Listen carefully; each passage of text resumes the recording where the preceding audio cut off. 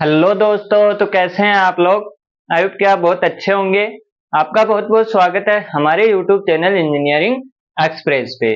तो गाइज हमने देखा था पिछले वीडियो में हमने क्वेश्चंस देखे थे। आई होप कि वो क्वेश्चंस आपको समझ में आए होंगे, आपने सॉल्व भी किए होंगे। और वहां तक हमने अपना स्टडी स्टेट कंडक्शन यानी कि कंडक्शन का लगभग 90-95% हमने पढ़ लिया था। आ रही है बात समझ में। तो उम्मीद करता हूं कि वहां तक आपको सारी चीजें समझ में आई होंगी।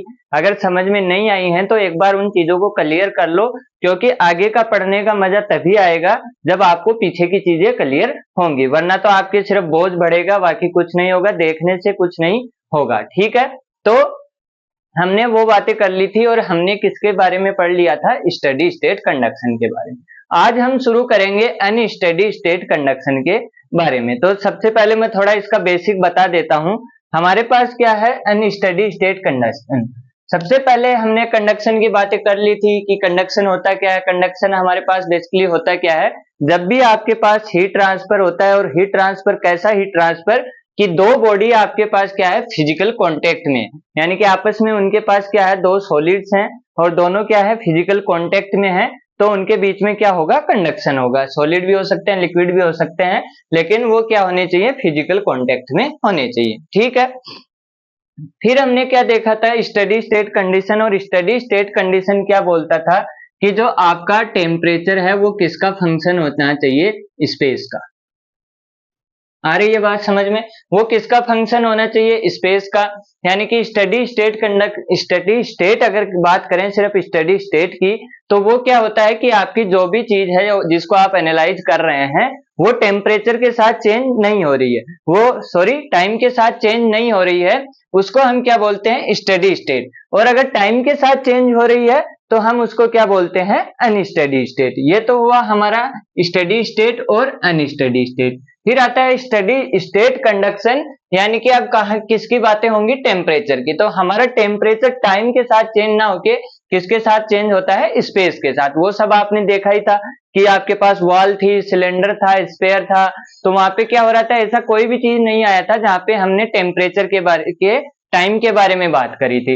आपने देखा होगा कि हमने जब जनरल हीट कंडक्शन इक्वेशन भी जब हम लगा रहे थे और हमारे पास क्वेश्चंस आ रहे थे, तो लगभग हमने क्या देखा था कि हमारा जो टाइम के साथ जो उसका टेम्परेचर का वेरिएशन था वो कैसा था, कांस्टेंट था। यानी कि लिखा आ रहा था क्वेश्चन में स्टडी स्टेट, तो हम क्या कर रहे थे dt अपॉन डी टाउ को क्या कर दे रहे थे, जीरो कर दे रहे थे। याद है वो सब चीजें। ठीक है, अब आता है अनस्टडी स्टेट, या फिर इसको बोलते हैं ट्रांजिएंट। तो ये क्या होता है, यहाँ पे हमारे पास टेम्परेचर किसका फंक्शन होगा, टाइम का, और आपके पास स्पेस का भी हो सकता है और टाइम का। लेकिन अगर अनस्टडी स्टेट कंडक्शन होना है तो टेम्परेचर किसका फंक्शन होना चाहिए, आपके पास टाइम का फंक्शन होना चाहिए। ये कंडीशन आपकी क्या है, नेसेसरी कंडीशन है। ठीक है, तो यानी कि यहाँ पे हम क्या देखेंगे, हमारा टेम्परेचर है वो किसके साथ चेंज होगा, टाइम के साथ चेंज होगा।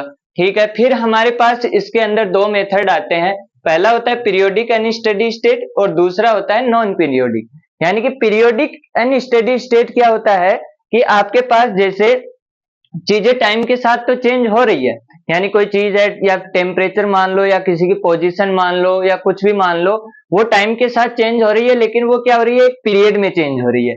यानी कि 10 मिनट ठंडी हो रही है, 10 मिनट गर्म हो रही है, 10 मिनट फिर ठंडी हो रही है, 10 मिनट फिर गर्म हो रही है। आ रही है बात समझ में। या फिर ऐसे कहो 10 मिनट कोई आदमी चल रहा है, फिर 10 मिनट रुक रहा है, फिर 10 मिनट चल रहा है, फिर 10 मिनट रुक रहा है, तो वैसे को हम क्या बोलते हैं, वैसे को हम बोलते हैं पीरियोडिक स्टेट। और यहाँ पे अनस्टडी है, यानी कि टाइम के साथ पीरियोडिक तरीके से क्या होगा, आपके पास चेंजमेंट होगा।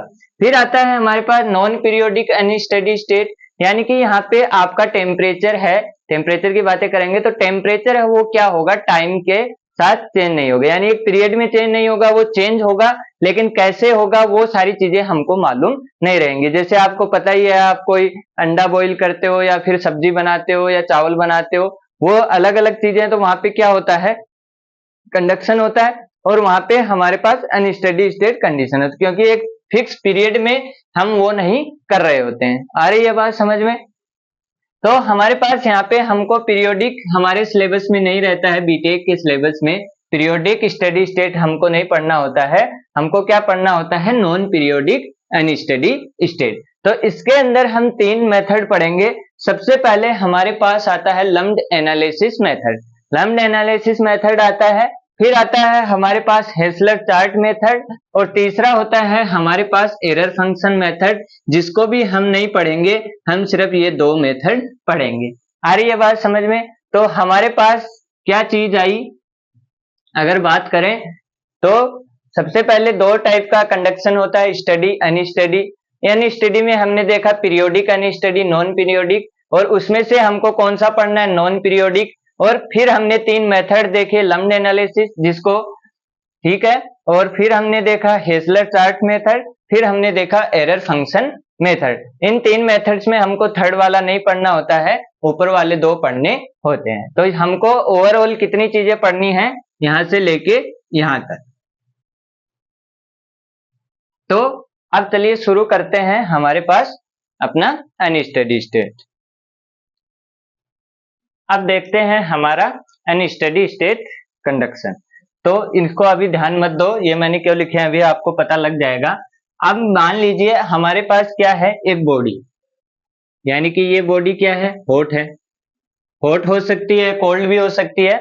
आपको अगर कोल्ड को हॉट करना है तो वो भी हो सकता है, हॉट को कोल्ड करना है तो वो भी हो सकता है। अब जैसे हमको इसको क्या करना है, कोल्ड करना है, तो हमने क्या लिया, हमने ये ले लिया एक लिक्विड, ठीक है, हमने लिक्विड ले लिया और इसके अंदर इसको डाल दिया, तो इसका टेम्परेचर क्या होगा, कम होगा, तभी हमारे पास ये बॉडी क्या होगी, कूल होगी। आ रही है बात समझ में? तो हमने इसके अंदर इसको ड्रॉप कर दिया, तो यहाँ पे हमारे पास इसका टेम्परेचर T इंफिनिटी था और ये क्या था, H है। तो यहाँ पे हमारे पास क्या होगी, ये बॉडी जब इसके अंदर गई तो आपको क्या लगता है क्या होगा, यहाँ पे क्या होगा, सोचो जरा। यहाँ पे 2 चीजें होंगी, मैं आपको हिंट देता हूं, इस सेटअप के अंदर 2 चीजें होंगी। वो चीजें क्या क्या होंगी आप गेस करो। अगर यहाँ पे है तो ये वाला केस तो आपने पढ़ा है, अगर ये सिंगल होता तो यहाँ पे आप क्या देखते, सिर्फ यहाँ पे आप क्या देखते, सोचो जरा, यहाँ पे क्या होता, कंडक्शन होता। आ रही है बात समझ में? और यहाँ पे अगर देखोगे तो यहाँ पे क्या क्या होगा, यहाँ पे आपके पास 2 चीजें होंगी। वो कौन कौन सी होगी, पहला होगा बॉडी के अंदर कंडक्शन, और दूसरा क्या होगा, बॉडी की सरफेस और आपका जो लिक्विड है या फ्लूइड है उसके बीच में कन्वेक्शन। आ रही है बात समझ में? यानी कि यहाँ पे 2 चीजें पिक्चर में आएंगी। सबसे पहली हमारी क्या आएगी, हमारा आएगा कंडक्शन, हमारा क्या आएगा पिक्चर में, कंडक्शन आएगा, और दूसरा हमारा क्या आएगा, कन्वेक्शन।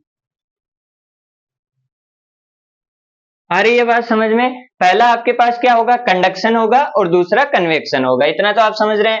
बॉडी के अंदर क्या है, यहाँ पे मान लो टेम्परेचर कुछ था और यहाँ पे भी टेम्परेचर कुछ है, यूनिफॉर्म, यू भी माने कि पूरी बॉडी का टेम्परेचर क्या है, यूनिफॉर्म है, TH। अब जैसे आपके पास अंडा है, आ रही है बात समझ में, अंडा क्या होता है, ठंडा होता है, ठंडा नहीं होता है, मतलब रूम टेम्परेचर पे होता है, और आपको उसको बॉईल करना है तो गर्म पानी में डालोगे।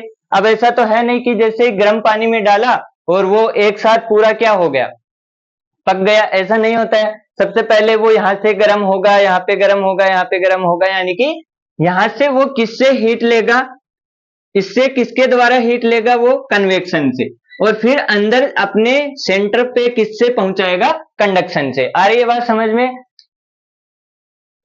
आपके जो, अब कुछ लोग बोलेंगे कि एक के अंदर तो लिक्विड होता है तो उसके अंदर भी कंडक्शन होगा, वो बात मैं नहीं कर रहा हूं। यहाँ पे अगर मान लो कोई सॉलिड स्फीयर भी होता तो वो चीज आप समझ रहे हैं। आ रही है बात समझ में? अब ये मत बोलने लग जाना कि सर इसके अंदर भी लिक्विड होता है तो अंदर भी कन्वेक्शन होगा, बाहर भी कन्वेक्शन होगा। मैं सॉलिड बॉडी की बात कर रहा हूं। तो यहाँ पे क्या होगा, यहाँ पे वो अपने सेंटर पे कैसे पहुंचाएगा, सेंटर पे कंडक्शन से पहुंचाएगा। आ रही है बात समझ में? तो वैसे हमारे पास क्या 2 चीजें आ गई पिक्चर में, कौन कौन सी, पहला हमारे पास कंडक्शन और दूसरा हमारे पास कन्वेक्शन। तो यहाँ पे क्या होगा, कंडक्शन आया है तो कंडक्शन के साथ साथ क्या आएगा, इसका रेजिस्टेंस भी पिक्चर में आएगा, और यहाँ पे क्या होगा, इसको कौन सा रेजिस्टेंस पिक्चर में आएगा, internal heat conduction, internal conduction resistance. इतनी बात समझ में आई कि नहीं आई? इसके अंदर कौन सा कंडक्शन आपके पास क्या पिक्चर में आएगा, इंटरनल कंडक्शन रेजिस्टेंस। ठीक है, फिर आपके पास क्या है, आपके पास है कन्वेक्शन। तो कन्वेक्शन कहां पे हो रहा है, बाहर में हो रहा है, तो यहाँ पे क्या पिक्चर में आएगा आपके पास एक्सटर्नल कन्वेक्शन रेजिस्टेंस। आ रही है बात समझ में? यहां से आपके पास क्या पिक्चर में आएगा, एक्सटर्नल कन्वेक्शन रेजिस्टेंस। मेन बात तो किसकी करनी होगी, अगर आपको क्यू डॉट निकालना है तो सबसे पहले आपको रेजिस्टेंस पे ही जाना पड़ेगा। सारा मेन मुद्दा हमारा खेल किसका रहता है, रेजिस्टेंस का, कि अगर आपके पास रेजिस्टेंस ज्यादा है तो आपका हीट का ट्रांसफर कम होगा, और रेजिस्टेंस कम है तो आपका हीट का ट्रांसफर ज्यादा होगा। तो हमारे पास कंडक्शन और कन्वेक्शन के बीच में कौन पिक्चर में आएंगे, ये दोनों चीजें। अब यहाँ पे क्या होगा, अगर आपका इंटरनल कंडक्शन रेजिस्टेंस और एक्सटर्नल कंडक्शन रेजिस्टेंस लगभग क्या है, आपके सिमिलर हैं, यानी कि लगभग आपके क्या है, सिमिलर हैं। तो यहां पे क्या होगा, यहां पे होगा आपके पास हेसलर चार्ट मेथड।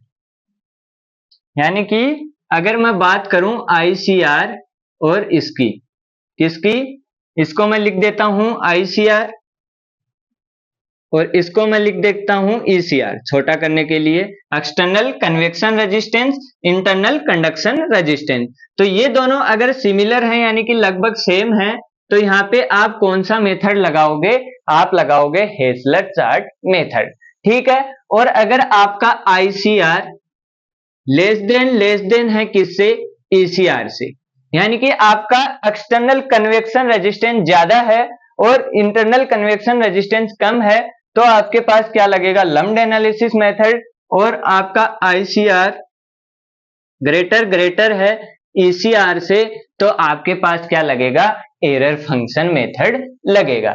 ठीक है, अब इस चीज का पता कैसे करेंगे कि हमको कौन सा मेथड लगाना है, ICR ECR, ऐसे हमको पता नहीं लगता है। तो इस चीज का सॉल्यूशन के लिए हमारे पास एक नंबर आता है, फेमस नंबर है, जिसको हम क्या बोलते हैं, बायोट नंबर, जिसको हम क्या बोलते हैं, बायोट नंबर। और बायोट नंबर हमारे पास क्या होता है, बायोट नंबर होता है इंटरनल कंडक्शन रेजिस्टेंस और एक्सटर्नल कन्वेक्शन रेजिस्टेंस का रेशियो, यानी ratio of internal conduction resistance और एक्सटर्नल कन्वेक्शन रेजिस्टेंस के रेशियो को ही हम क्या बोलते हैं, हम बोलते हैं बायोट नंबर। आ रही है बात समझ में? तो अगर मैं इसको ऐसे लिखूं कि ये साथ साथ लिख लेना, मेरे पास स्पेस कम है इसलिए मेरे को कंजूसी करनी पड़ रही है। यहाँ पे अगर मैं बायोट नंबर लिखूं,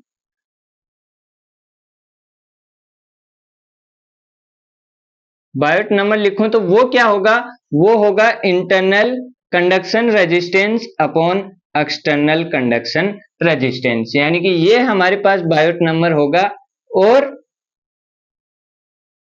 ये बायोट नंबर की वैल्यू होगी। और यहाँ पे हमारे पास क्या होगा, हमारे पास बायोट नंबर कैसा नंबर होगा, डायमेंशनलेस नंबर होगा। अगर आप इसको सॉल्व करेंगे, अभी मैं आपको दिखाऊंगा, तो यहाँ पे क्या आएगा, ये डायमेंशनलेस नंबर आएगा। तो यहाँ से अगर आप देखोगे कि ये क्या है, छोटा है, यानी कि इसके अंदर आप देखो ये वैल्यू छोटी है और ये वैल्यू क्या है, बहुत बड़ी है, यानी कि इसके मुकाबले ये वैल्यू बहुत बड़ी है। तो यहाँ पे क्या होगा, ये वैल्यू ओवरऑल वैल्यू क्या आएगी, कम आएगी। किससे कम आएगी, 1 से कम आएगी। अरे जैसे यहाँ पे वैल्यू है 2 और नीचे बड़ी वैल्यू है जैसे 1000, तो यहाँ पे क्या होगा, 1 से तो बहुत कम वैल्यू आएगी। यहाँ पे 100 है तो भी 1 से कम वैल्यू आएगी, 10 है तो कम 1 से वैल्यू आएगी, 3 है तो भी क्या होगा, 1 से कम वैल्यू आएगी।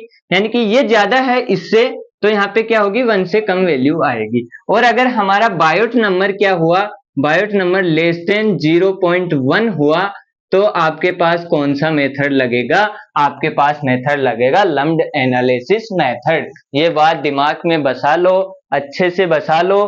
क्या बसाना है, लम्प्ड एनालिसिस मेथड क्या होता है, बायोट नंबर किससे कम होना चाहिए, लेस देन 0.1।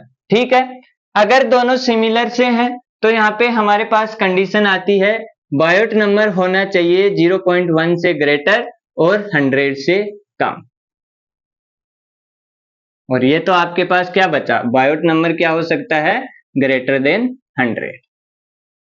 ठीक है, जो कि हमको पढ़ना नहीं है, हमको 100 तक ही जाना है, उससे आगे हमको जाना भी नहीं है। तो बायोट नंबर हमारे पास अगर लेस देन 0.01 है तो हमारे पास क्या लगेगा, लम्प्ड एनालिसिस मेथड, और फिर हमारे पास क्या लगेगा, हेसलर चार्ट मेथड। तो हमको ये तो समझ में आ गया कि हमारे पास क्वेश्चन होगा तो हमको सबसे पहले क्या पता करना पड़ेगा कि हमको कौन से मेथड से क्वेश्चन को बनाना है। तो उसके लिए हमको सबसे पहले क्या निकालना पड़ेगा, बायोट नंबर, और उसके लिए हमको चेक करना पड़ेगा कि हमारे पास कौन सी कंडीशन लागू हो रही है, और उस हिसाब से हम दोनों मेथड में से एक मेथड चूज कर लेंगे। ठीक है, तो हमारी एक स्टेप हो गई किसकी, क्वेश्चन की भी और हमारे चैप्टर की भी, कि हमारे पास क्वेश्चन है तो हमको सबसे पहला काम हमारा यही होगा कि हमको क्या चेक करना होगा, बायोट नंबर। ठीक है, अब देखो बायोट नंबर, आईसीआर हमने क्या लिखा था, आईसीआर हमने लिखा था internal conduction resistance. Internal conduction resistance तो आपने क्या लिखा था, क्या लिखा था, एलसी अपॉन के ए। एलसी क्या है वो भी मैं बताऊंगा। यहाँ पे के एस किसका था, के किसका था, सॉलिड का। ठीक है, जो हमने उसके अंदर अभी स्पेयर डाला था, या कुछ भी आप हो सकता है, स्लैब हो सकती है, कुछ भी हो सकता है, एनी टाइप ऑफ थिंग। तो यहाँ पे क्या होगा, एलसी अपॉन के एस ए, यही हमने पढ़ा था। ठीक है, और नीचे हमारे पास क्या था, ईसीआर कन्वेक्टिव रेजिस्टेंस, तो वो क्या होता है 1 अपॉन एच ए। ठीक है, तो यहां से ए क्या हो गया, कैंसिल हो गया, और यहाँ पे हमारे पास बचा एच एल सी अपॉन के एस। आई बात समझ में। तो ये आपका क्या होता है, बायोट नंबर, और एलसी क्या होता है, एलसी होता है आपकी कैरेक्टरिस्टिक लेंथ। एलसी क्या होती है, कैरेक्टर, अभी मैं बात करूंगा इस पे। एलसी होता है कैरेक्टरिस्टिक लेंथ। ठीक है, जिसको आप किससे लिखते हो, L C is equal to V by A. V क्या होता है, वॉल्यूम होता है, और ए क्या होता है, एरिया। जो एरिया किसके कांटेक्ट में है, आपके जो भी फ्लूइड है उसके कांटेक्ट में, यानी कि जिससे कन्वेक्शन हो रहा है, ये क्या है, वॉल्यूम है, और ये क्या है आपका सरफेस एरिया, जो किसके कांटेक्ट में है, आपके फ्लूइड के, यानी कि यूं कहें जिससे क्या हो रहा है, कन्वेक्शन हो रहा है। तो यहां पे आप क्या भी लिख सकते हो, H, इसको अगर लिखोगे तो H क्या लिख सकते हो, एच वी अपॉन के एस ए, इसको ऐसे भी लिख सकते हो। आ रही है बात समझ में। तो यहाँ पे आप क्या लिख सकते हो, एच वी अपॉन के एस ए। मेरा मानना यह है कि सबसे पहले आप ये याद रखो, अगर ये सब याद नहीं करना चाहते हो, ये याद रखो, जिससे आप सीधा सा निकाल भी सकते हो, ज्यादा हेक्टिक नहीं होगा। और अगर फॉर्मूला याद करना चाहते हो तो कर सकते हो, ज्यादा बड़ा फॉर्मूला भी नहीं है, एच एल सी अपॉन के एस। लेकिन मेरी राय ये है कि आप इस फॉर्मूले को याद रखो, ना कि इसको।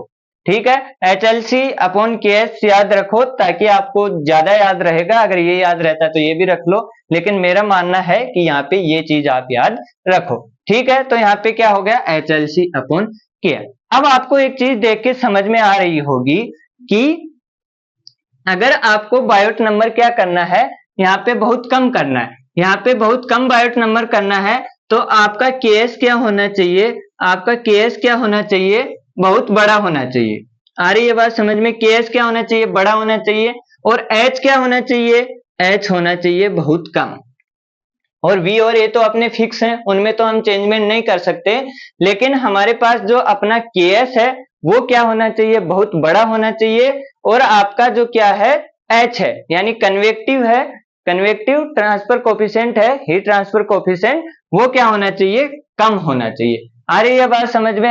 अभी हमने क्या देखा, इंटरनल कंडक्शन रेजिस्टेंस अपॉन अपना एक्सटर्नल कन्वेक्टिव रेजिस्टेंस। ये क्या होना चाहिए, बायोट नंबर लेस देन 0.1 होना चाहिए। तो उसके लिए हमारा एच कम होना पड़ेगा, और के एस को क्या होना पड़ेगा, बहुत ज्यादा होना पड़ेगा, जिससे हमारी क्या होगी, जिससे हमारी ये वैल्यू कम आएगी। आ रही है बात समझ में। इतनी बात किस किस को समझ में नहीं आई, बताओ जरा।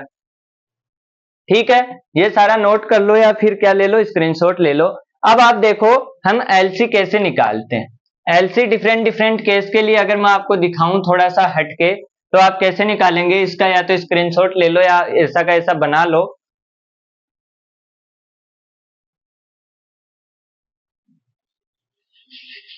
तो यहाँ पे हमारे पास क्या होगा, अगर एलसी आपको देखना है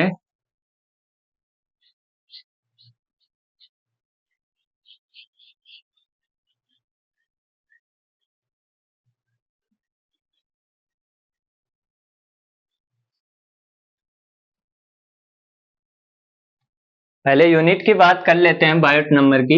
तो वो क्या आया है हमारे पास अभी, एच एल सी यानी वी एरिया और क्या था के एस। ठीक है, तो एच किस में होता है, वाट पर मीटर स्क्वायर केल्विन इंटू आपके पास क्या है मीटर क्यूब।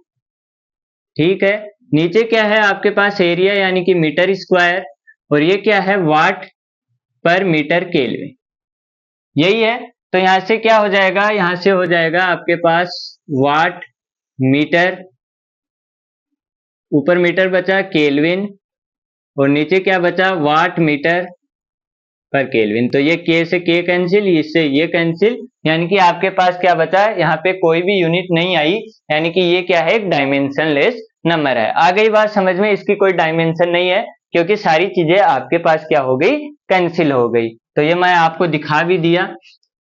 ठीक है, अगर कभी फॉर्मूले में कंफ्यूजन हो कि कई बार क्या होता है, जैसे हमारे पास होता है हम लिखते हैं बायोट नंबर और हमारे पास हो गया एच ए अपॉन यहाँ पे क्या हुआ वी के एस, ऐसा भी हो जाता है कई बार गलती से।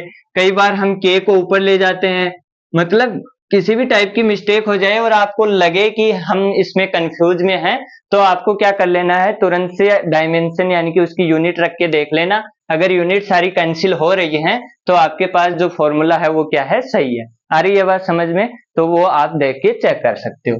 ठीक है, अब हम किसकी बात कर रहे थे, एलसी की। तो एलसी हमारा क्या था, वी बाई ए। ठीक है, अगर हम किसकी बात करें, हमारे पास सिलेंडर की, हमारे पास किसकी बात करें, सिलेंडर की। सिलेंडर के अंदर क्या हो रहा है, कंडक्शन हो रहा है।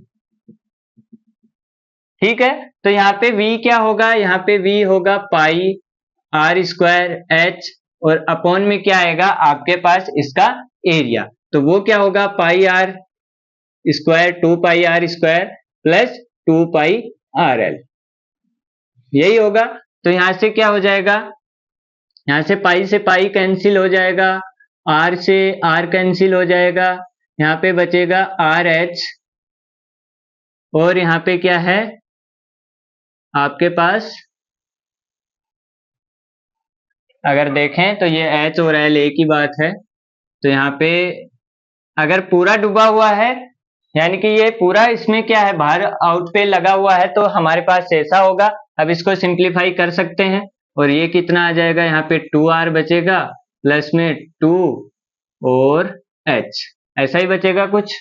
ठीक है, और अगर आपके पास ये सिर्फ ये वाले सरफेस एरियाज क्या नहीं है, कांटेक्ट में नहीं है, सिर्फ यहीं से हो कन्वेक्शन हो रहा है, या फिर यूं कहूं कि यहाँ पे आपके पास इधर से ही हीट निकल रही है, तो ये क्या हो जाएगा, ये हट जाएगा, और यहाँ पे क्या आ जाएगा 2 पाई आर एच, और यहाँ से कैंसिल होके पाई से पाई कैंसिल, आर से आर कैंसिल, एच से एच कैंसिल, और वो क्या आ जाएगा आर बाई 2। ठीक है, आर बाई 2। फिर हमारे पास आता है स्पेयर। स्पेयर में अंदर हम क्या होता है 4/3 पाई आर क्यूब और 4 पाई आर स्क्वायर, तो यहाँ पे क्या होगा आर बाई 3। ठीक है, तो यहाँ पे 4 से 4 कैंसिल, पाई से पाई कैंसिल, आर स्क्वायर से आर बाई 3, तो ये क्या हो जाएगी इसकी एलसी। इसको याद नहीं करना है, एक बार ध्यान में रख लो कैसे निकलता है, देख लो, ताकि आपको जब आप बना रहे होते हैं तो एक हल्की जो देखा हुआ चीज होता है वो याद आ जाता है कि हाँ कुछ ऐसा था, तो वो चीज यहाँ पे है। अगर आपके पास स्लैब है तो यहाँ पे क्या होगा, जैसे ये प्लेट है,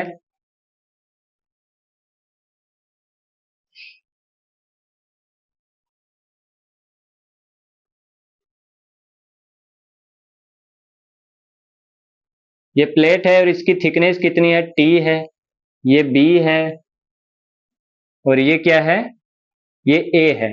तो यहाँ पे आपके पास क्या होगा, यहाँ पे v क्या हो जाएगा a cross b cross t, और अपॉन में क्या आ जाएगा 2 A cross B plus B cross T plus T cross A। ये आ रही है बात समझ में। और अगर आपकी थिकनेस इसके और इसके कंपैरिजन में बहुत कम है तो यहाँ पे इसको आप नेग्लिजिबल कर सकते हैं, यानी कि टी को हटा सकते हैं, तो वो आप उसके अंदर कर सकते हैं। ठीक है, तो मेन फॉर्मूला क्या होगा एलसी का, वॉल्यूम अपॉन एरिया, आपको ये याद रखना है। और एरिया क्या होगा, एरिया वो होगा जो किसके कांटेक्ट में है, आपके फ्लूइड के कांटेक्ट में है। ठीक है, यानी कि यूं कहूं जिससे क्या हो रहा है, कन्वेक्शन हो रहा है। ठीक है, तो ये आपने देख लिया, इसमें कुछ ऐसा बताने वाला कोई हाई काम था नहीं। ठीक है,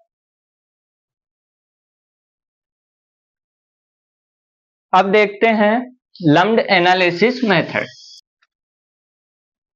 अब आता है अपना लम्प्ड एनालिसिस मेथड। तो लम्प्ड एनालिसिस मेथड हमने देख लिया कहां पे लगेगा, जब हमारा क्या होगा, आईसीआर क्या होगा, लेस देन किससे, ईसीआर से, यानी कि internal conduction resistance less than होगा किससे, ईसीआर से। और हमारा बायोट नंबर होगा किससे, लेस देन 0.1 से। और बायोट नंबर क्या था, HLC अपॉन KS, यानी कि हमारा KS क्या होना चाहिए, बहुत बड़ा, और H क्या होना चाहिए, बहुत कम। यानी कि यूं कहूं कि अगर KS आपका थ्योरेटिकली इनफाइनाइट को टेंड करे, यानी कि बहुत बड़ा KS हो, तो आपके पास कौन सा मेथड लगेगा, लम्प्ड एनालिसिस मेथड लगेगा। अब हमारा यहाँ पे ऑब्जेक्टिव क्या है, किसी भी चीज का हमारा ऑब्जेक्टिव रहता है। वैसे हमारे पास हम ये जो मेथड पढ़ रहे हैं, ये एनालिसिस मेथड हम पढ़ रहे हैं, तो इनके पीछे हमारा ऑब्जेक्टिव क्या है, हमारा मकसद क्या है, हम क्या फाइंड करना चाहते हैं। तो सबसे पहले हमारे पास बात आएगी, वो होगी हम टाइम के साथ क्या चेंज हो रहा है, हमारा टेम्परेचर चेंज हो रहा है। ये अभी हमने देखा कि हमारा अनस्टडी कंडक्शन है, तो टाइम के साथ क्या होगा, टेम्परेचर चेंज होगा। तो हम किसी भी टाइम पे क्या करना चाह रहे हैं, टेम्परेचर चाह रहे हैं। आ रही है बात समझ में, यानी कि हम किसी भी टाइम पे उस जो अपना ऑब्जेक्ट है उसका टेम्परेचर क्या है वो हम ऑब्टेन करना चाह रहे हैं। ठीक है, दूसरा हम क्या चाह रहे हैं, हमारी heat rate, heat transfer rate. ठीक है, और तीसरा हम क्या चाह रहे हैं, टोटल हीट ट्रांसफर रेट। अभी तक हमने क्या देखा था, अभी तक हमने ऊपर वाली दो चीजें नहीं देखी थी, हमने सिर्फ टोटल हीट ट्रांसफर रेट देखा था, हमने टेम्परेचर भी देखा था, तो वो इनिशियल एंड फाइनल कंडीशन। हम किसी टाइम टी पे हमारा कोई मकसद नहीं था, टी टाइम पे हम क्या नहीं फाइंड कर रहे थे, टेम्परेचर फाइंड नहीं कर रहे थे। और हम उस टाइम किसी इंस्टेंट, यानी कि इंस्टेंट टाइम, यानी कि किसी पर्टिकुलर टाइम पे हम क्या नहीं कर फाइंड कर रहे थे, हीट रेट। अगर टाइम आपके पास पता है, अगर टेम्परेचर टाइम के साथ चेंज हो रहा है, तो यहाँ पे क्या होगा, हीट ट्रांसफर रेट भी टाइम के साथ चेंज होगा, ये तो सीधी सी बात है।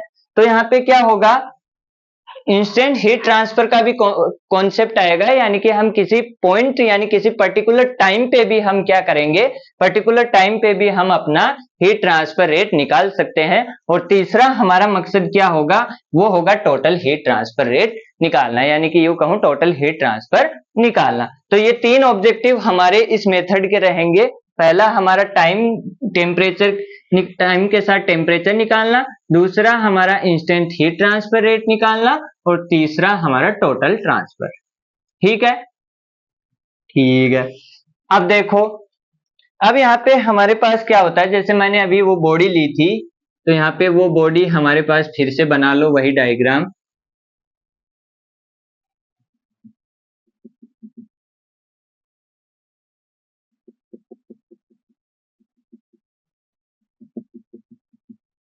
तो यहाँ पे हमारे पास क्या है, अगर इसका स्पेसिफिकेशन लिखूं तो m क्या है, यहाँ पे m है हमारे पास मास किसका, बॉडी का।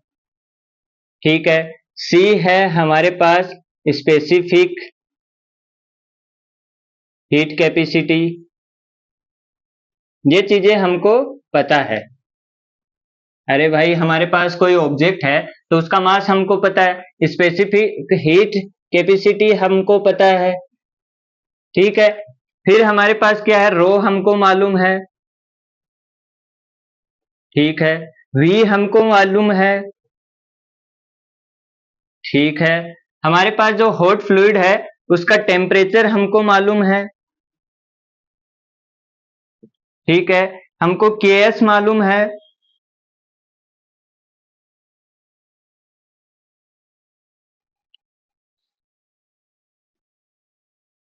ठीक है, हमको H मालूम है, ये हॉट भी हो सकता है कोल्ड भी हो सकता है, तो यहाँ पे मैं लिख देता हूं इन्वायरमेंट का टेम्परेचर जो कि कितना है T इंफिनिटी से। H हमारा है कन्वेक्टिव हीट ट्रांसफर कोएफिशिएंट, ठीक है। तो ये सारी चीजें हमको क्या मालूम है, हमको पता है। और इसका टेम्परेचर अगर मैं लिखूं तो वो कितना है T इनिशियल, ठीक है। तो ये सारी चीजें हमको मालूम है। अब यहां से आप क्या देखोगे, अगर इसको हमने किसके अंदर डाल दिया, इसके अंदर डाल दिया, या फिर हवा में रख सकते हो, किसी फ्लूइड में डाल सकते हो, आप कुछ भी कर सकते हो। तो यहाँ पे ये हमने इसके अंदर इसको डाल दिया, ये केस हमने ले लिया। तो यहाँ पे क्या होगा, यहाँ पे अभी हमने बताया था कन्वेक्शन होगा, कंडक्शन होगा, वो बातें तो अलग है। अब यहाँ पे क्या होगा, आपका जो इस बॉडी ने क्या किया, इंटरनल एनर्जी बाहर छोड़ना शुरू किया। इंटरनल एनर्जी अपनी क्या की, बाहर निकली इसकी, यानी कि जब हॉट है तो क्या जाएगा, इसके अंदर जाएगा, बाहर वाला कोल्ड है तो ये क्या करेगा, चेंज कर, एनर्जी को क्या करेगा, बाहर फेंकेगा, अपनी हीट को क्या करेगा, बाहर फेंकेगा। बाहर फेंकेगा तो इसका इंटरनल हीट एनर्जी क्या होगा, चेंज होगा, ठीक है। और जो इंटरनल एनर्जी ये फेंकेगा वही कौन गेन करेगा, ये गेन करेगा। आ रही है बात समझ में। या फिर ऐसे कहें कि ये बॉडी क्या है, ये बॉडी है आपकी गर्म और ये बॉडी है ठंडी, तो ये क्या करेगा, हीट को एब्जॉर्ब करेगा। तो हीट को एब्जॉर्ब करेगा तो ये इससे जितनी एनर्जी एब्जॉर्ब करेगा, यानी कि इसने एब्जॉर्ब करी, उतना ही इसके अंदर क्या होगा, इंटरनल हीट एनर्जी का चेंज होगा। बात समझ में आई कि नहीं आई, बताओ मेरे को। फिर से सुनो, फिर से सुनो, फिर से सुनो। मैंने क्या कहा कि आपके पास क्या थे, जेब में 100 रुपए थे, ठीक है। आपके पास जेब में कितने रुपए थे, 100 रुपए थे। आपने किसी को 50 रुपए दे दिए, तो आपकी जेब में कितना चेंज आया, 50 रुपए का। और सामने वाले के पास रुपए भी कितने गए, 50 गए। आ रही है बात समझ में। अगर आपके पास 1000 रुपए होते तो आपके पास मान लो 50 रुपए दे दिए होते, तो मैं कहूं आपके जेब के अंदर कितना चेंज आया, 50 रुपए का। सामने वाले के पास कितना गया, 50 रुपया। सेम वैसा ही यहाँ पे क्या है, यहाँ पे है हमारे पास इसके अंदर इसने इंटरनल एनर्जी चेंज करी, जितनी इंटरनल एनर्जी चेंज करी उतनी ही इसके पास चली गई, ठीक है। अगर उल्टा करें कि सामने वाले ने आपको 50 रुपए दिए तो आपकी जेब में कितने रुपए बढ़े, 50 रुपए। सामने वाले के में जेब में कितने चेंज आए, 50 रुपए का, ठीक है। वैसे ही यहाँ पे अगर ये वाला हॉट है, ये वाला कोल्ड है, तो ये इसको देगा और दोनों में कितना चेंज आएगा, बराबर चेंज आएगा। तो एनर्जी बैलेंस लिखूं,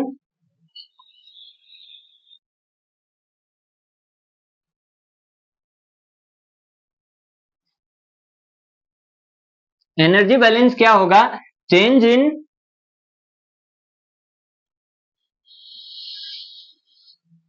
इंटरनल हीट एनर्जी, और वो किसके इक्वल होगी, वो होगी आपकी कन्वेक्टिव, इसके कन्वेक्शन के, यानी कि यूं कहूं आपका कन्वेक्टिव हीट ट्रांसफर के बराबर होगी।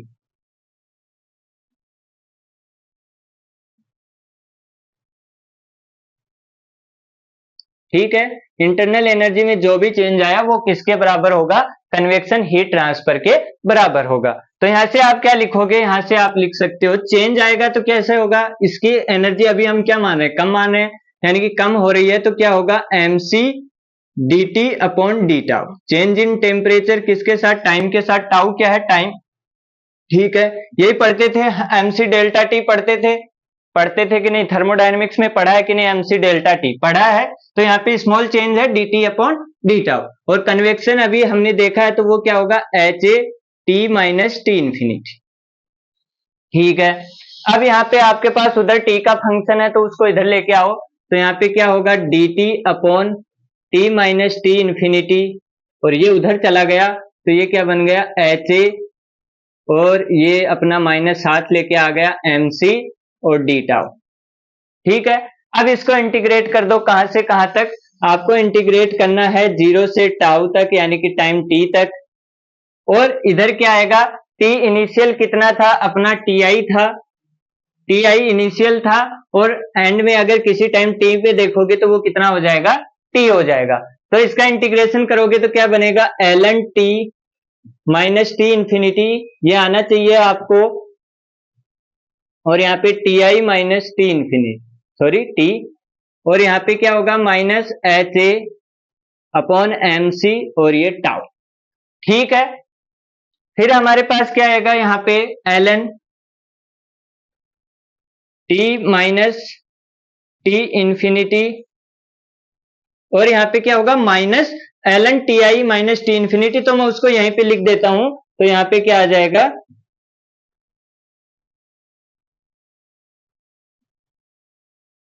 ये आ जाएगा। ये कैसे आया, आ रही है ना बात समझ में, ये यहां से आया, देखो इधर ऐसे आएगा आपके पास ln T minus T infinity minus ln T I minus T infinity, ऐसे आएगा। तो इसको हमने ln की प्रॉपर्टी होती है माइनस में है तो वो ऐसे आ जाएगा, तो हमने इसको ऐसे लिख दिया। ठीक है, फिर हमारे पास क्या आएगा, ये हो गया minus H A M C tau. ठीक, और इसको आप उधर लेके जाओगे तो क्या बन जाएगा आपके पास, इधर लिख रहा हूं, वो आपके पास बन जाएगा T minus T infinity upon T I minus T infinity is equal to ई की power minus H A upon M C, और ये टाउ। ठीक है, एम को आप क्या लिख सकते हो, rho we, rho into we, तो यहाँ पे लिख दो रो वी सी। ठीक है, और ये क्या हो गया टाउ, टाउ टाउ क्या है अपना टाइम। तो यहां से हमारे पास टेम्परेचर की क्या आ गई, इक्वेशन आ गई किसी भी टाइम टी पे, यानी कि अब किसी भी टाइम टी पे आपको पूछे टेम्परेचर कितना है, तो यहां से आप निकाल सकते हो। यहाँ पे टाइम की वैल्यू रखो, एच आपके पास है, ए आपके पास है, रो आपके पास है, वी आपके पास है, सी आपके पास है, टी इनफाइनाइट आपके पास है, टी इनिशियल आपके पास है, आपके पास कौन आ जाएगा, टी आ जाएगा। आ रही है बात समझ में, आपके पास कौन आ जाएगा, टी आ जाएगा। ठीक है, आई की नहीं बात समझ में। और ये टी आपका कैसे चेंज हो रहा है, ये टी आपका एक्सपोनेंशियल चेंज हो रहा है। तो ये वाली इक्वेशन आपको याद करनी है, ये इक्वेशन आप याद कर सकते हैं। अगर डेरिवेशन याद करना चाहें तो छोटा सा है, मैं तो यही रेफर करूंगा, ये दोनों याद रखो, क्या चेंज हो रहा है क्या हो रहा है, फटाक से इंटीग्रेशन करो, आपके पास वैल्यू निकल के आ जाए। क्योंकि ऐसे याद रखो T minus T infinity T आई माइनस टी इंफिनिटी ई की power minus H A upon rho V C tau, तो आपको टाइम लगेगा, प्रैक्टिस के बाद याद हो जाएगा अपने आप, पर पहले ये याद रखना मैं आपको प्रिफर करूंगा। ठीक है, तो यहाँ पे ये हो गया। अब अगर आप इसका ग्राफ बनाएंगे तो वो कैसा दिखेगा, यहाँ पे दिख रहा होगा आपको शायद, तो वो आपका क्या होगा, ये आपका टी इनफाइनाइट है, और अगर आपको हीटिंग करनी है तो वो कैसा होगा, वो होगा कुछ ऐसा, यानी कि ये इसका टी आई था और ये इसका टी फाइनल होगा। यानी कि जो आपका इंक्रीमेंट है टेम्परेचर में वो कैसा होगा, वो होगा एक्सपोनेंशियल। वो कैसा होगा, वो होगा आपके पास एक्सपोनेंशियल इंक्रीमेंट। ठीक है, अगर आप इसको क्या कर रहे हैं, ठंडा कर रहे हैं, ये तो किसके लिए था, हीट के लिए, यानी कि गर्म करने के लिए। और अगर आप इसको क्या कर रहे हैं, कूल कर रहे हैं, तो कूल कर रहे हैं तो वो भी कैसा होगा, वो भी एक्सपोनेंशियल होगा। और वो कैसा दिखेगा, ये आपका टी इनफाइनाइट है और वो दिखेगा कुछ ऐसा, और ये क्या है, डिक्रीमेंट है आपका, ये टी इनिशियल था और ये क्या हो जाएगा, टी फाइनल। और ये कैसा डिक्रीमेंट होगा, यहाँ पे डिक्रीमेंट होगा आपका एक्सपोनेंशियल। इतनी बात किस किस को समझ में नहीं आई मेरे को बता दो।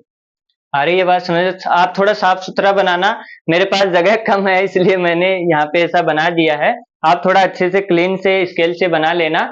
तो यहाँ पे फिर से देखो हमने किया क्या, हमारे पास था मेथड, लम्प्ड एनालिसिस मेथड था। हमने क्या देखा कि हमारा जो इंटरनल कंडक्शन रेजिस्टेंस है वो लेस देन होना चाहिए किससे, ईसीआर से।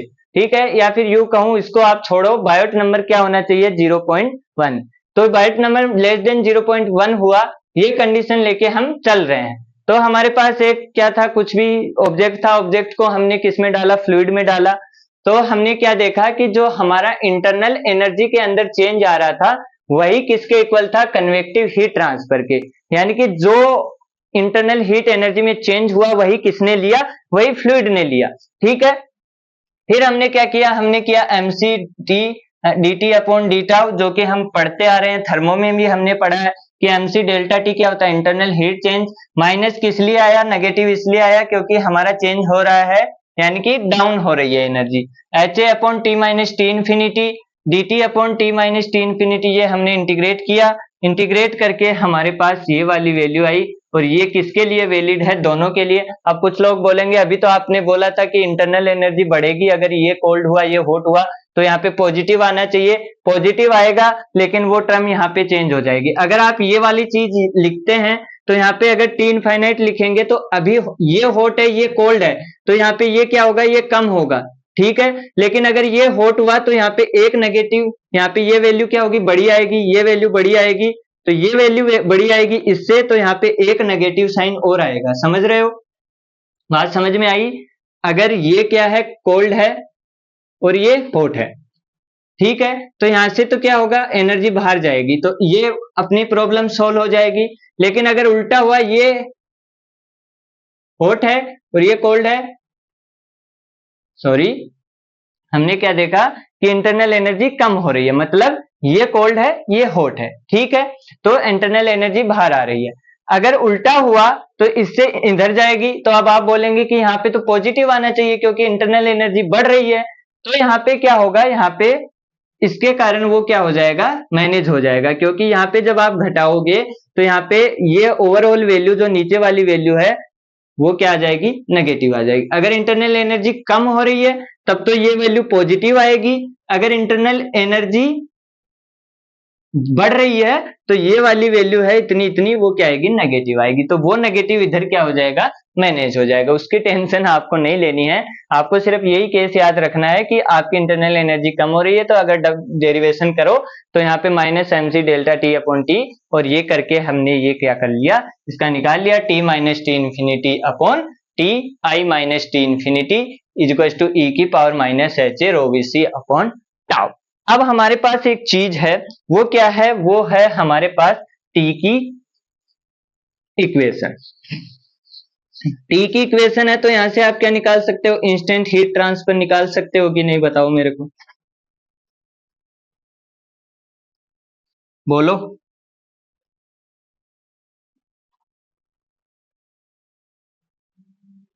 अब देखो यहां से आपके पास क्या आ गया, टी की इक्वेशन आ गई। वो क्या आई देखो, अगर मैं यहाँ पे लिखूं तो यहाँ पे क्या हो जाएगा, टी इज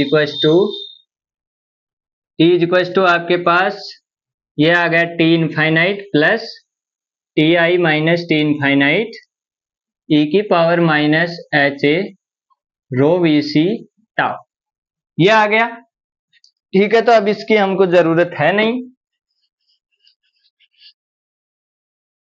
ठीक है, अब यहाँ पे क्या हुआ, यहाँ पे आप देखो rate of heat transfer, rate देखेंगे किसकी, चेंज की, रेट ऑफ हीटिंग और cooling, rate of heating and cooling.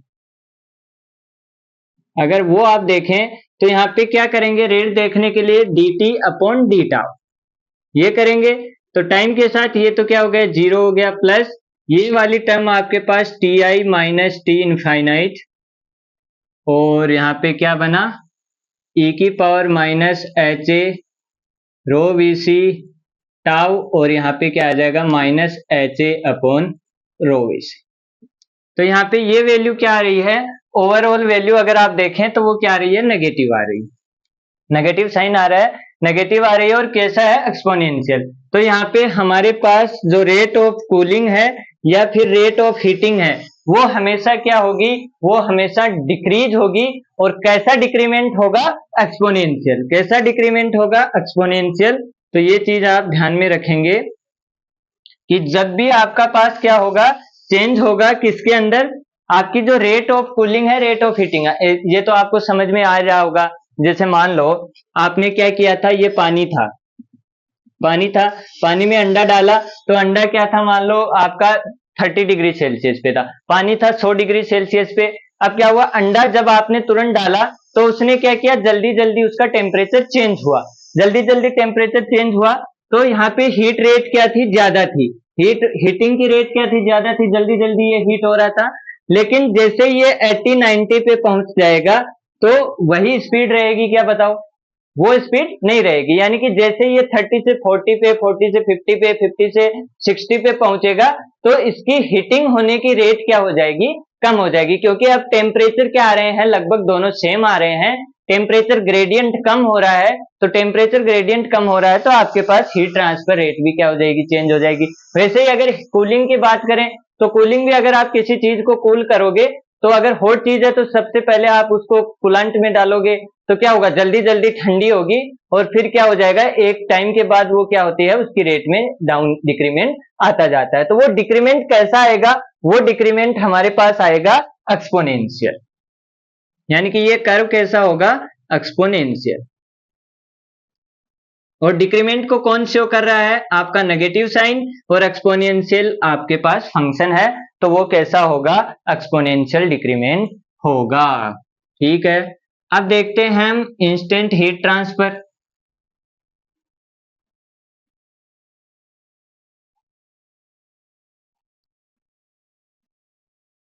Instant heat transfer वो क्या होगा, वो अभी हमने देखा है कि इंस्टेंट इंटरनल एनर्जी में आपके पास कितना चेंज आ रहा है, इंस्टेंट इंटरनल एनर्जी में आपके पास कितना चेंज आ रहा है, वो क्या होगा, वो होगा आपके पास आपका इंस्टेंट हीट ट्रांसफर। तो क्यू डॉट आई लिखेंगे तो क्यू डॉट आई यानी कि इंस्टेंट, और क्या होगा आपके पास minus M C D T upon D tau. ये होगा कि नहीं होगा बताओ मेरे को, अभी हमने लिखा ही था थोड़ी देर पहले, जगह भी यही थी तो एम क्या होगा, rho V C, M rho V हुआ, ये सी हुआ, D T upon D tau यहां से लिख दो तो वो कितना आ जाएगा, टी आई माइनस टी इनफाइनाइट ई की power minus H A upon rho V C tau, और यहाँ पे क्या है, minus H A upon rho V C, यही होगा क्या, H A upon rho V C. ठीक है, तो यहां से रो वी सी क्या हो गया, आपका कैंसिल हो गया, इस रो वी सी से वो रो वी सी कैंसिल हो गया, तो यहाँ पे क्या बचा, यहाँ पे बचा आपके पास ये नेगेटिव और वो नेगेटिव पॉजिटिव हो गया, तो यहाँ पे बचा टी आई माइनस टी इनफाइनाइट ई की power minus H A upon rho V C tau, और यहाँ पे क्या हो गया, एच, ये हुआ, इतना ही हुआ आपके पास क्यू डॉट आई। तो ये आपके पास क्या हो गया, ये आपके पास हो गया इंस्टेंट हीट ट्रांसफर हो गया। ठीक है, इसको आप क्या लिख सकते हो, इसको आप लिखते हो rho V C upon H A, इसको आप लिखते हो टाउ स्टार। अब ये टाउ स्टार का क्या लफड़ा है, ये है आपका रिस्पॉन्स टाइम,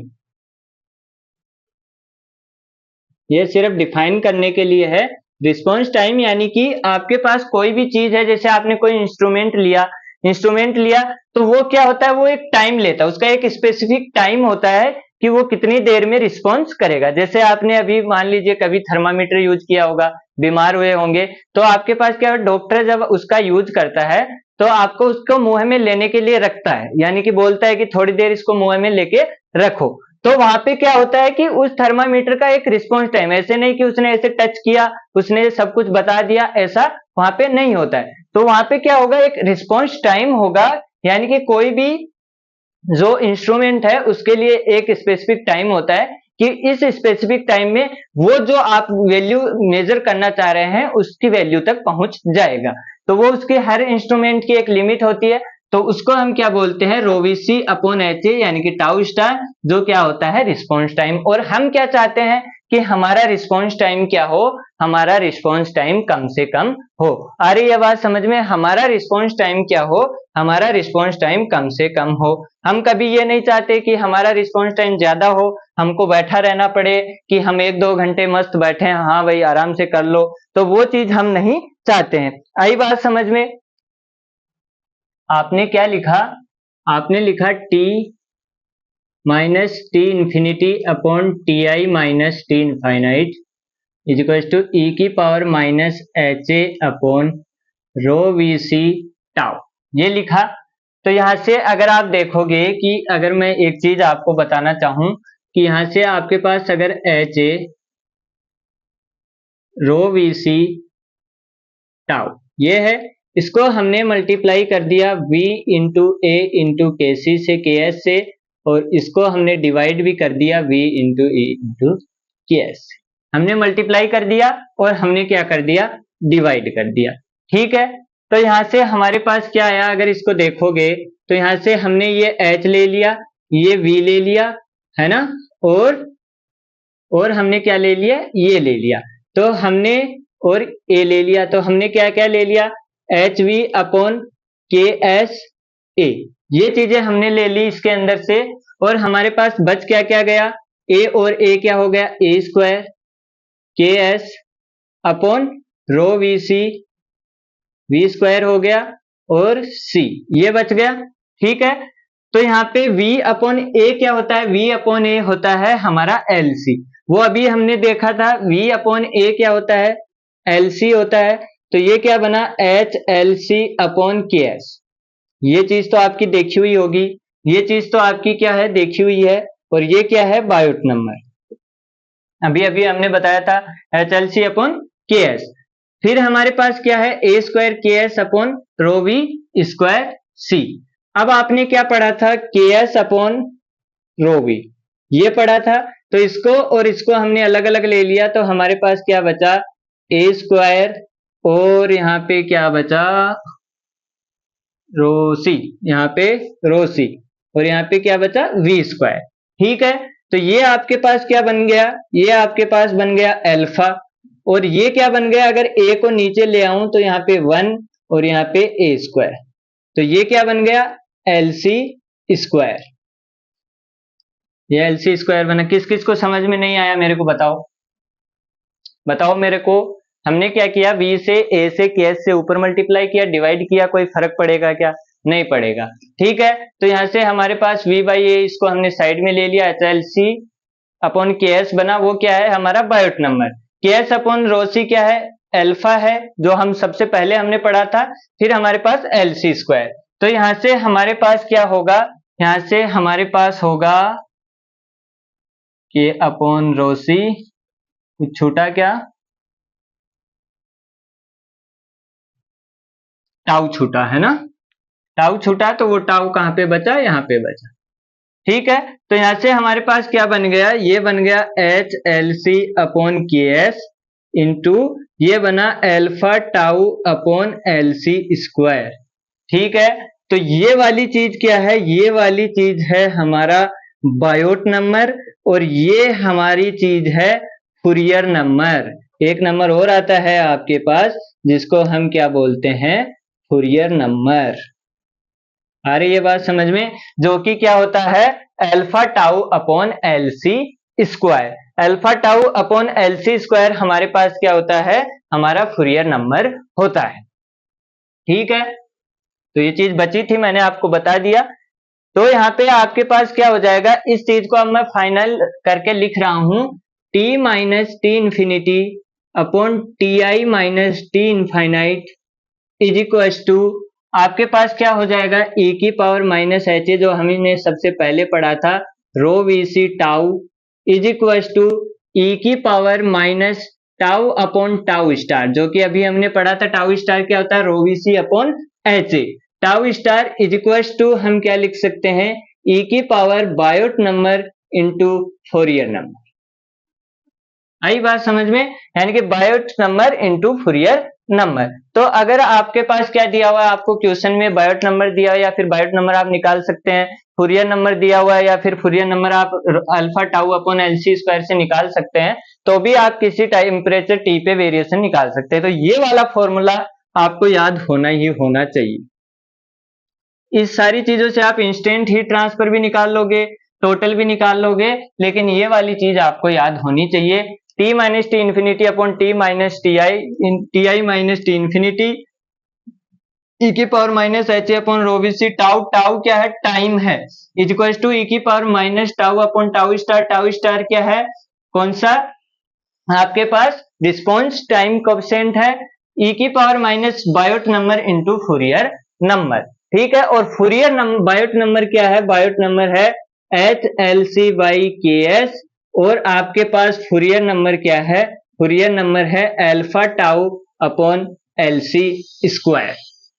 आ रही है बात समझ में, alpha tau by L C square, और ये आपके पास क्या है, इन दोनों चीजों की, दोनों क्या है आपके पास, दोनों चीजें आपकी हैं डायमेंशनलेस नंबर।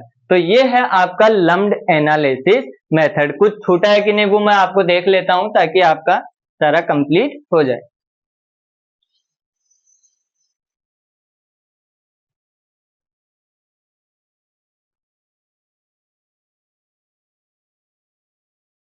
ठीक है, तो अभी कुछ नहीं छूटा है, हमने सारा क्या कर लिया, सारा कंप्लीट कर लिया, कौन सा, लम्प्ड एनालिसिस मेथड। आई बात समझ में, तो हमारे पास क्या होगा, एक बार फिर से देख लो, हमने सबसे पहले किया क्या, सबसे पहले हमने क्या क्या समझा, एक बार समरी में आपको बता देता हूं। समरी हमारी क्या होगी, हमने देखा अनस्टडी कंडक्शन। अनस्टडी कंडक्शन क्या होता है, जो टाइम के साथ चेंज होता है, टाइम के साथ चेंज होता है। हमने दो टाइप के देखे, पीरियोडिक, नॉन पीरियोडिक। पीरियोडिक हमको पढ़ना नहीं था, लेकिन फिर भी मैंने आपको बताया कि पीरियोडिक क्या होता है, एक फिक्स टाइम इंटरवल में आपकी कूलिंग होगी, हीटिंग होगी, कूलिंग होगी, हीटिंग होगी, जैसे इंजन के अंदर होता है, ठीक है। फिर हमारे पास था नॉन पीरियोडिक। नॉन पीरियोडिक में हमने तीन मेथड देखे, हमारा कौन कौन सा, लम्प्ड एनालिसिस, हेसलर चार्ट और एरर फंक्शन। हमने लम्प्ड एनालिसिस में क्या देखा कि हमारा आईसीआर यानी कि internal conduction resistance less than होना चाहिए एक्सटर्नल कंडक्शन रेजिस्टेंस से, या फिर यूं कहूं बायोट नंबर लेस देन होना चाहिए किससे, 0.1 से। अगर बायोट नंबर 0.1 से ग्रेटर है और 100 तक है तो आपका हेसलर चार्ट मेथड लगेगा, और 100 से ग्रेटर है तो आपका एरर फंक्शन मेथड लगेगा, जिसपे हमको नहीं जाना है। फिर हमने क्या देखा, फिर हमने देखा बायोट नंबर क्या होता है। बायोट नंबर हमारा क्या था, रेशियो था किसका, इंटरनल कंडक्शन रेजिस्टेंस और एक्सटर्नल कन्वेक्शन रेजिस्टेंस का, दोनों का रेशियो हमारे पास बायोट नंबर था, जो कि क्या था, डायमेंशन लेस था, और उसका फॉर्मूला हमारे पास क्या था, एच एल सी अपॉन के था। एलसी क्या थी, वहां पे कैरेक्टरिस्टिक लेंथ थी, एलसी हमारे पास कैरेक्टर जिसको हम क्या बोलते हैं, वी बाई ए, और वी हमारा वॉल्यूम था, एरिया हमारा सरफेस एरिया था जो कि कांटेक्ट में है या फिर जिससे कन्वेक्शन हो रहा है, ठीक है। फिर हमने क्या देखा, फिर हमने देखा लम्प्ड एनालिसिस मेथड, उसके अंदर हम आए और सबसे पहले हमने क्या निकाला कि हमारे पास कोई भी ऑब्जेक्ट था, उसको हमने फ्लूइड में रखा, उससे हमारा क्या हुआ, हीट का ट्रांसफर हुआ, इंटरनल एनर्जी में चेंज हुआ, इंटरनल एनर्जी में जितना चेंज हुआ उतना ही क्या हुआ, कन्वेक्शन के बराबर हुआ, दोनों को हमने बराबर किया, minus M C D T upon D tau is equal to H A T minus T infinity. उसको हमने किया, हमने इंटीग्रेट किया तो टी की हमारे पास इक्वेशन निकल के आई, T minus T infinity upon T आई माइनस टी इन्फिनिटी, जहां पे T I initial temperature, T infinity आपका क्या है, एनवायरमेंट का टेम्परेचर था, या फिर यू कहूं फ्लूइड का टेम्परेचर जिसमें आपकी ऑब्जेक्ट रखा है, is equal to minus H A upon rho V C upon into tau था। फिर हमने क्या देखा, फिर हमने देखा कि ये हमारे पास आ गया था टेम्परेचर की इक्वेशन किसी भी टाइम पे, फिर हम वहां से क्या निकाला, dt अपॉन डी टाउ, जो कि क्या आ रहा था, नेगेटिव आ रहा था। इसका मतलब हमारे कूलिंग की रेट और हीटिंग की रेट क्या होगी, हमेशा डिक्रीज होगी, और कैसे डिक्रीज होगी, एक्सपोनेंशियली डिक्रीज होगी। वो सारी चीजें हमने देखी। फिर हमने क्या किया, इंस्टेंट हीट ट्रांसफर निकाला और टोटल हीट ट्रांसफर, जो कि आप क्या कर सकते हैं, इंटीग्रेशन से निकाल सकते हैं। फिर हमने क्या देखा, फिर हमने देखा हमारे पास कांस्टेंट आया था किसका, आपके पास रिस्पॉन्स टाइम का, तो वो सारी चीजें हमने देखी। और फिर हमने देखा फोरियर नंबर, फोरियर नंबर हमारे पास निकल के आया alpha tau upon L C square, जो कि क्या होता है, जो कि होता है आपके पास आपकी कूलिंग और हीटिंग के पेनिट्रेशन पे बताता है, यानी कि जो हीटिंग और कूलिंग की रेट है उसकी पेनिट्रेशन को कौन बताता है, आपका फोरियर नंबर। तो ये वाला फॉर्मूला आपके पास एंड द रेट निकल के आया, जो कि आपको इस लेक्चर के अंदर याद रखना है। वो वाली चीजें हैं ये, और दो चीजें हैं ये, इनके फॉर्मूले आप याद रखो और ये वाली चीज याद रखो। इसके अलावा आपको कुछ याद नहीं रखना है, सारी चीजें समझने वाली हैं। तो आई होप कि आपको सारी चीजें समझ में आई होंगी, मैं अपनी सारी बातें आप तक पहुंचा पाया हूँगा। तो तब तक के लिए आपको मजा आया होगा, आई होप, उम्मीद मेरी यही है अगर मजा आया हो तो वीडियो को लाइक करें, चैनल को सब्सक्राइब करें और भी दोस्तों को शेयर करें और हंसते रहें, मुस्कुराते रहें, खेलते रहें, पढ़ते रहें। मिलते हैं अगले वीडियो में, तब तक के लिए जय हिंद, जय भारत।